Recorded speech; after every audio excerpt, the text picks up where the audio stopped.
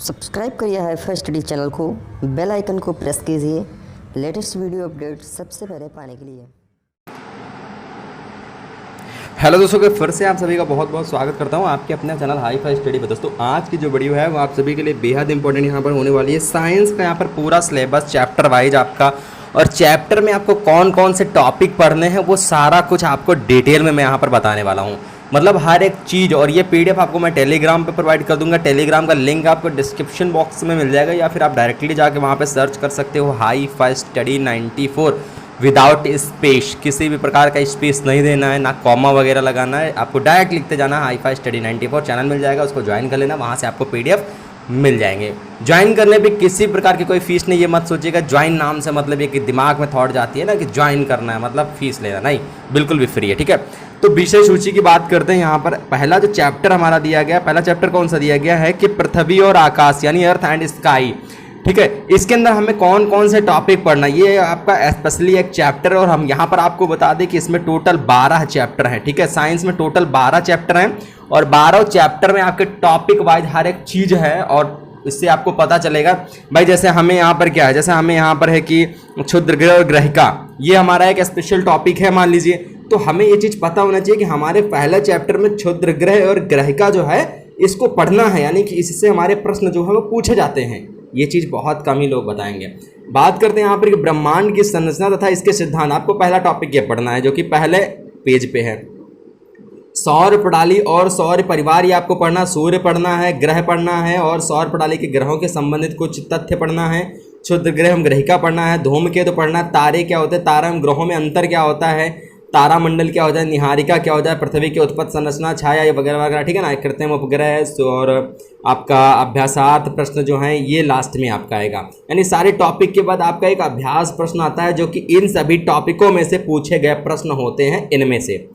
ठीक है, मतलब आप ये इतना पढ़ेंगे, ये इतना पढ़ने के बाद जब आप अभ्यास प्रश्न को पढ़ लेंगे तब आपका पूरा चैप्टर क्लियर हो जाएगा कि हाँ जितने भी टॉपिक हमने पढ़े इसमें से किन किन तरह के प्रश्न पूछ सकता है अभ्यास प्रश्न में। ठीक है, दूसरा चैप्टर हमारा हो जाता है मृदा तथा फसलें। ठीक है ना, सॉइल एंड क्रॉप्स।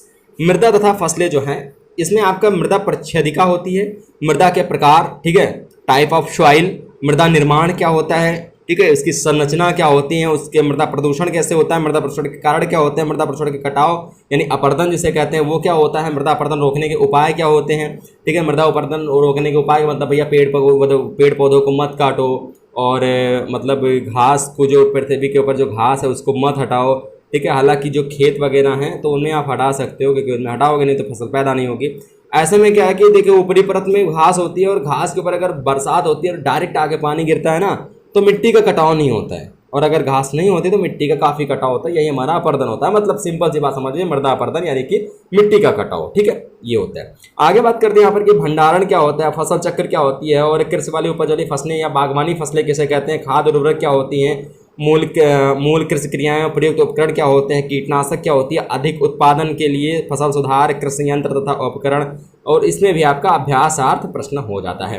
नेक्स्ट हमारा 3rd नंबर चैप्टर आता है कार्य और ऊर्जा, या कार्य एवं ऊर्जा, वर्क एंड एनर्जी जो होता है, ये हमारा सबसे इंपॉर्टेंट टॉपिक होता है। काफ़ी सारे प्रश्न आपके यहाँ पर बनते हैं। यहाँ पर भी आपको जितने भी टॉपिक दिए गए, पेट्रोलियम के विभिन्न प्रभाव, नवीनीकरण, असीमित ऊर्जा, सीमित ऊर्जा क्या होती है, सौर ऊर्जा के लाभ क्या होते हैं, पवन ऊर्जा क्या होती है, पवन चक्की, जल ऊर्जा, भूतापीय ऊर्जा, बायोगैस या जैव गैस क्या होते हैं, हाइड्रोजन ऊर्जा क्या होती है, ऊर्जा संरक्षण के विभिन्न उपाय बताइए, कार्य का मात्रक, ऊर्जा के रूप, ऊर्जा के स्रोत, अनवीकरणीय ऊर्जा, ये सभी चीज़ें आपकी यहाँ पर आ जाती हैं।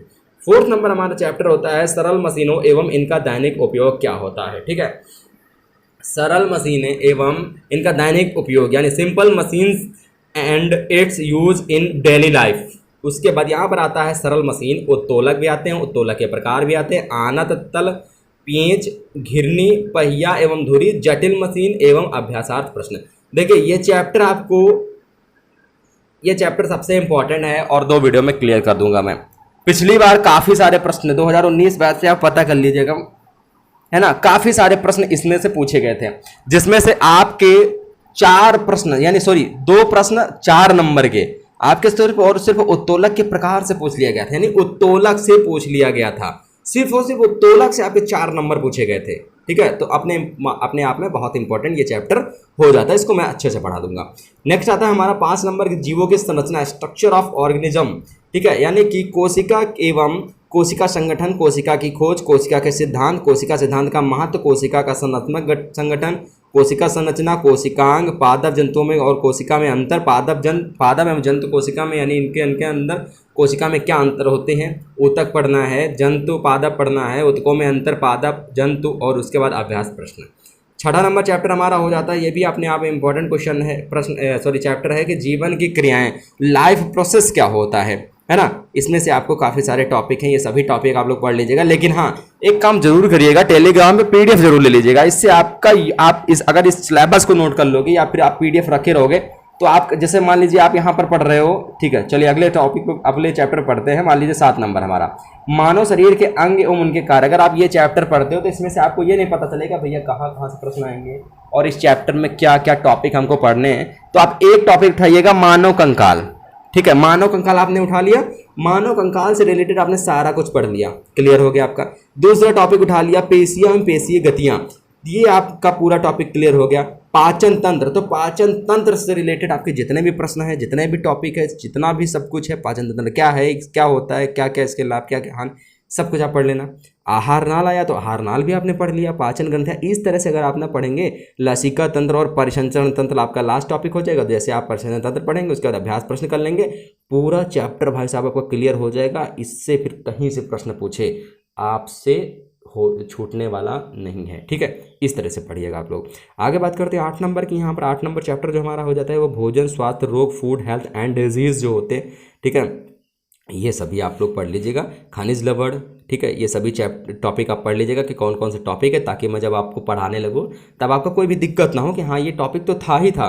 अगर बाय द वे आपका कोई भी टीचर, मैं नहीं कहता हूँ कि आप यहीं से पढ़िए, कोई भी टीचर है आपका, कहीं से भी आप पढ़ रहे हो, अगर बाय द वे आपका मान लीजिए ये अल्प पोषण उसने छोड़ दिया, ठीक है, आपको पता है भैया कि सिलेबस में है, क्योंकि हाई फाई स्टडी पे बताया गया है फुली डिटेल में सिलेबस, तो वहाँ पर सिलेबस सर ने बताया था कि अल्प पोषण भी है, लेकिन यहाँ पर सर ने या कोई मैम ने अल्प पोषण छोड़ दिया है।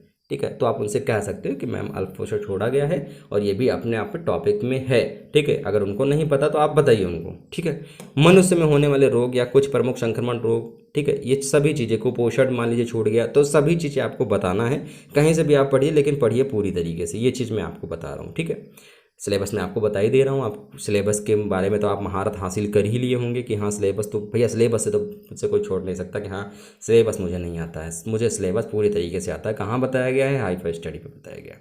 बात करते हैं यहाँ पर कि तत्वों का वर्गीकरण, क्लासिफिकेशन ऑफ एलिमेंट्स जो होते हैं, इसमें तत्वों का वर्गीकरण, परमाणु, परमाणुवीय संरचना, परमाणु के अवयव, परमाणु की संरचना, संयोजकता, रसायन की भाषा, रासायनिक सूत्र, ये सभी हो जाता है। 10वां नंबर हमारा होता है पास पड़ोस में होने वाली परिवर्तन। ठीक है, 5 वर्ष में होने वाले परिवर्तन क्या होते हैं? जैसे कि परिवर्तन के प्रकार मान लीजिए, मंद तीव्र परिवर्तन, कोई चीज़ें हमारे तीव्र में बहुत तीव्र परिवर्तन हो रहा है, किसी पौधे में तीव्र परिवर्तन हो रहा है। ठीक है, और बात करते हैं यहाँ पर कि मौसम में धीरे धीरे परिवर्तन हो रहा है, मतलब हमारे लाइफ में, हमारे आसपास क्या तेज़ी से परिवर्तन हो रहा है और क्या मंद गति से परिवर्तन हो रहा है, उसके बारे में पढ़ेंगे। उत्क्रमणीय एवं अनुत्क्रमणीय परिवर्तन भी पढ़ेंगे, वांछित और अवांछित परिवर्तन भी पढ़ेंगे, रासायनिक परिवर्तन भी पढ़ेंगे, आवर्ती अनावर्ती परिवर्तन और परिवर्तनों में ऊर्जा, सारी चीज़ें हम लोग पढ़ने वाले हैं। ठीक है, चैप्टर 1 से स्टार्ट करेंगे। 11वां नंबर चैप्टर हो जाता है अम्ल क्षार एवं लवण, यानी एसिड, बेस एंड सॉल्ट। ठीक है, ये हम लोग पढ़ेंगे। ये सब कुछ सबसे इंपॉर्टेंट टॉपिक ये भी होता है। अम्ल क्षार एवं लवण में अंतर भी होता है। ठीक है, सर्च कर लीजिएगा आप लोग। ठीक है, बिल्कुल मिल जाएगा आपको चैनल पर।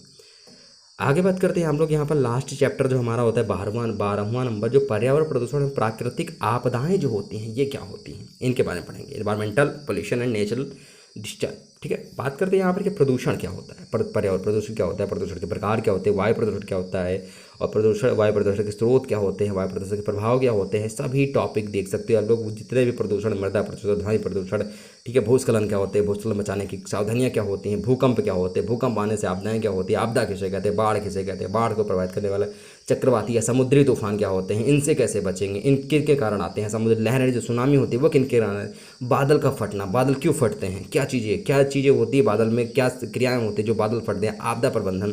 ठीक है, नेहरू युवा आपदा में प्रबंधन की भूमिका, उसके बाद अभ्यास प्रश्न के साथ हम लोग चैप्टर को क्लियर कर लेंगे और जितने भी आपके प्रीवियस ईयर पेपर हैं वो सारे के सारे आपको लास्ट में करवा दिए जाएंगे। ठीक है। तो शुरुआत करेंगे सबसे पहले चैप्टर से, बिल्कुल तैयार रहिएगा आप लोग, बिल्कुल जोर तोर से, ठीक है। अभी आप पढ़ रहे हैं तो कोई दिक्कत नहीं, लेकिन फिलहाल आप लोग टॉपिक वाइज यहाँ पर आपको पढ़ाया जाएगा, तो किसी प्रकार की कोई दिक्कत नहीं होगी। अगर आप लोग नोट डाउन करना चाहते हैं तो नोट डाउन भी कर लेना, ठीक है। वीडियो को शेयर करिएगा दोस्त मित्रों के साथ। मिलेंगे नेक्स्ट वीडियो के साथ। जय हिंद, वंदे मातरम।